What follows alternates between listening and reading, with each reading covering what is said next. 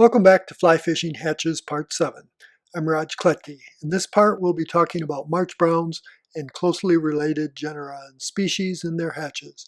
We'll also discuss briefly some hatches by non-related genera that nevertheless have some similar features. The term March brown, like a lot of common names, is a little ambiguous. It applies to what used to be 3 separate species in North America, but now has been reclassified to 2 species. When you add the closely related species and look at common names, it can get a little confusing. At least one of these common names also is used for a mayfly in an entirely different family. But don't panic. While some of you may want to refer back to this slide, it is not absolutely necessary. We're going to greatly simplify all this classification by lumping the March browns and the closely related genera and species under fast water clingers. This generalization is justified because just like we justified using the term for blue-winged olive for numerous species, we can use similar patterns in different sizes and perhaps colors and similar fishing techniques for practically all the fast water clinger mayfly hatches. There are some minor differences that I'll point out when needed. There are even a few mayflies that have clinger nymphs that live predominantly in slow water, but we'll be ignoring these. The majority of the mayflies that have clinger nymphs that live most of their lives in fast water, and that's what this video will mainly be covering. Clinger nymphs are easy to recognize. They have wide bodies and are vertically thin, with heads usually as wide or wider than the thorax. The eyes are on top rather than on the side of the head. One genus, Epeorus, has 2 tails, but the rest have 3. They stick tight to the rocks when you pick the rocks up and cling tenaciously if you try to remove them, so they don't get knocked into the drift much, so generally they're not a great searching nymph, but there are some exceptions. This is a female American March brown with one tail broken off. Often the wing is a little more mottled. The adult forms, the duns and spinners of all the fast water clinger nymphs, are usually medium in size, have a medium-sized hind wing, and all have 2 tails, even those that had 3 tails as a nymph.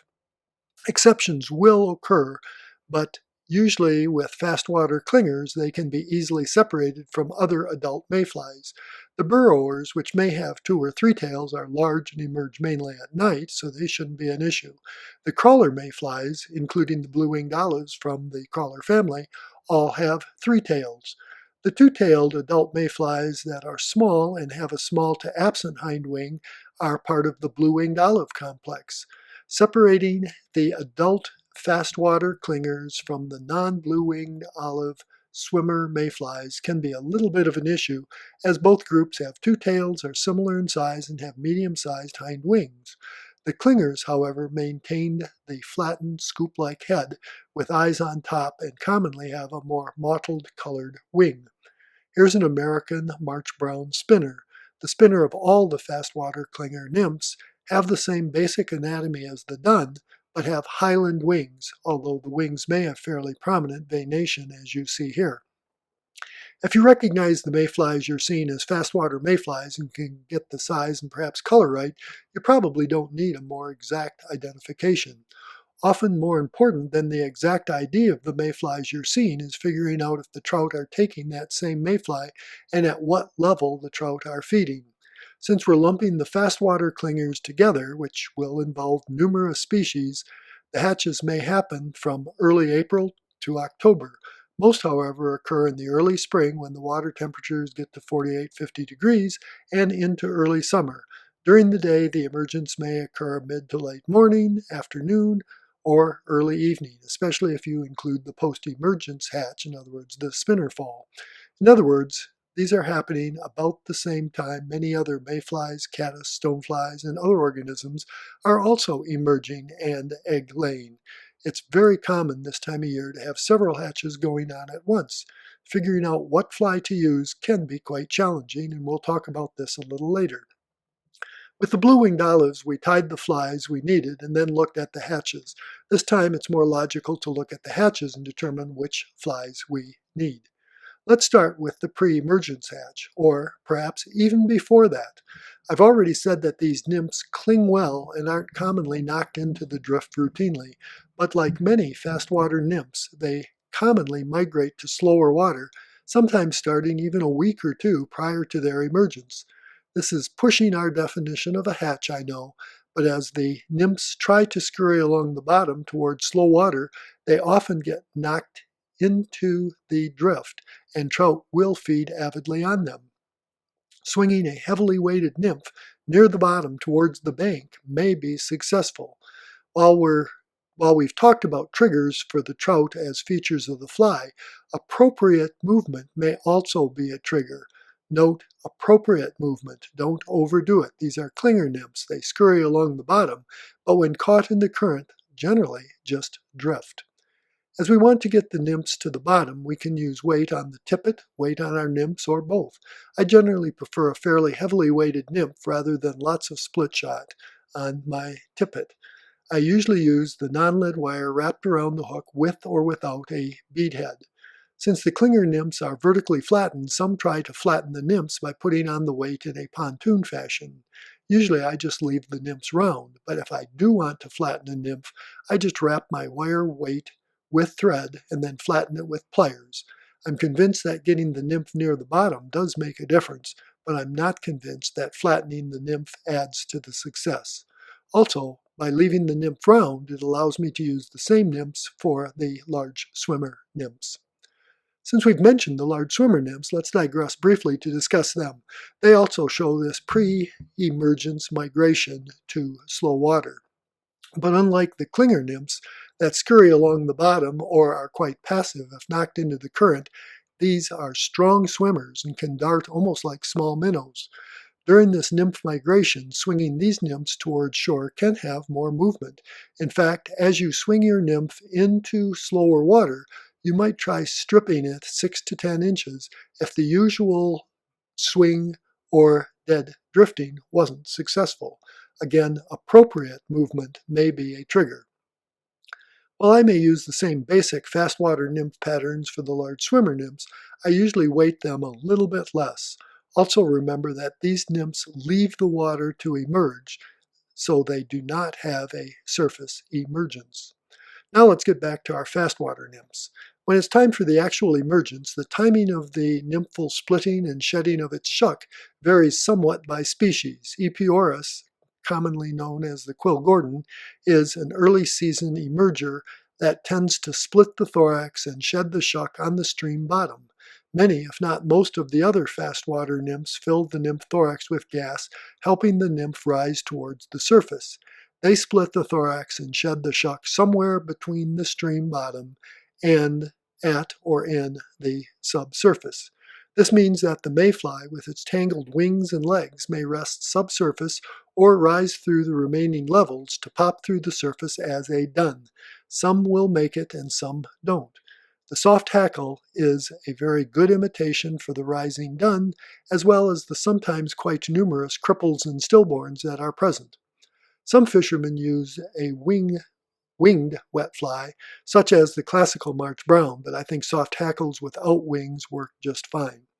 Of course, you could use a rising nymph for fishing the mid-levels of the water column during an emergence, but again, the organisms do get concentrated in the subsurface where they are sort of tangled duns, so I think the soft hackle is generally better during an emergence. As the duns break through the surface, some species, especially in warmer weather, fly away quickly and aren't that vulnerable to the trout. Others, like the March brown in cold spring water, take more time to dry off and may even quiver on the surface a while before flying off. I use a bushy sparkle dun that I can wiggle a little for this stage.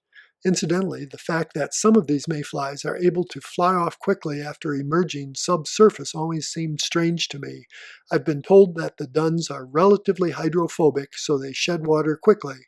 Also, they may already have their wings expanded as they break through the surface, so unlike many surface emergers that still need to expand their wings, these fast water duns don't need the additional time to inflate their wings before flying away.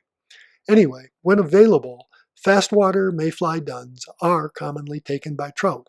In addition to sparkle duns, I carry a few quads also, just in case, and some like traditional hackled dun patterns, especially when fishing in riffles. Before we actually fish the emergence, let's tie up some of the flies we've used. You'll need at least sizes 12 to 16. You might even want to carry some 10s. I'm going to show you a general tie using a soft hackle as the example, as that's the pattern that I feel is most useful during an emergence, but I'll point out the modifications needed to tie the other patterns also. I'm starting here with a size 12 heavy hook for the soft hackle. Use a standard dry fly hook if you're tying a sparkle dun or a quad.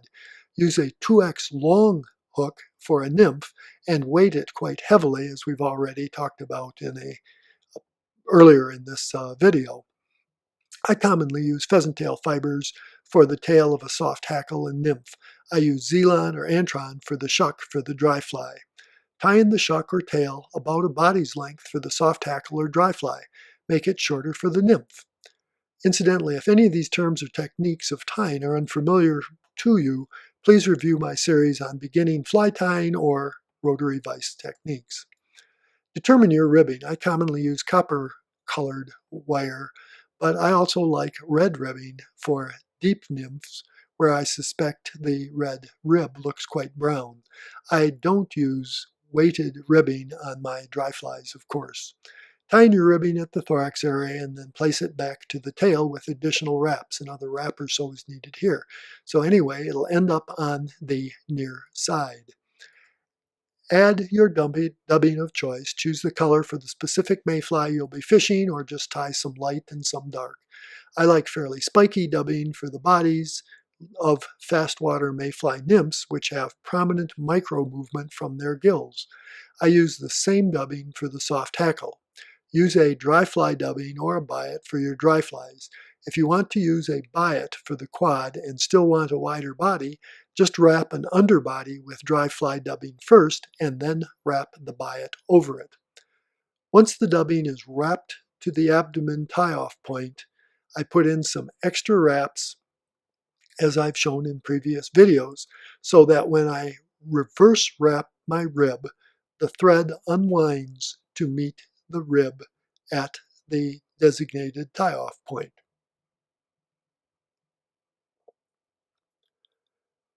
Tie off the rib and break or cut off the excess. If you cut off the excess, remember to use your old scissors. Never use good scissors for the cutting wire. If you're tying a nymph, tie in your wing case, then dub the thorax, which should be darker and thicker than the abdomen, then tie off your wing case.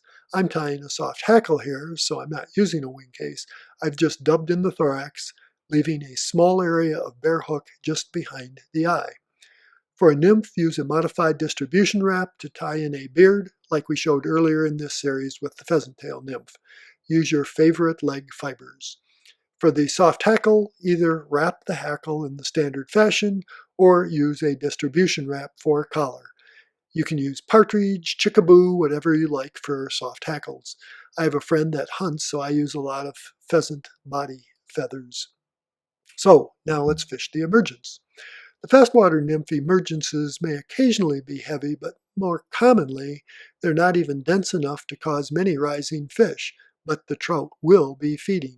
Unlike blue-winged olive emergences, where knowing where to fish was easy because of the numerous rising fish, fishing one of these emergences may call for your normal reading of the water. Be sure to emphasize the bank and slow water areas and watch closely for the few rising fish that might be present. The fact that the emergence is commonly spread out over several hours is very helpful to the fishermen. These are large enough mayflies that trout look for them, so fishing an appropriate size and color dry fly may be very effective during the emergence. You may be fishing a sparse emergence hatch and not even know it, just that suddenly the fishing seems to be quite good. Additionally, it seems to me that trout remember these mayflies, if you can say that a fish remembers things.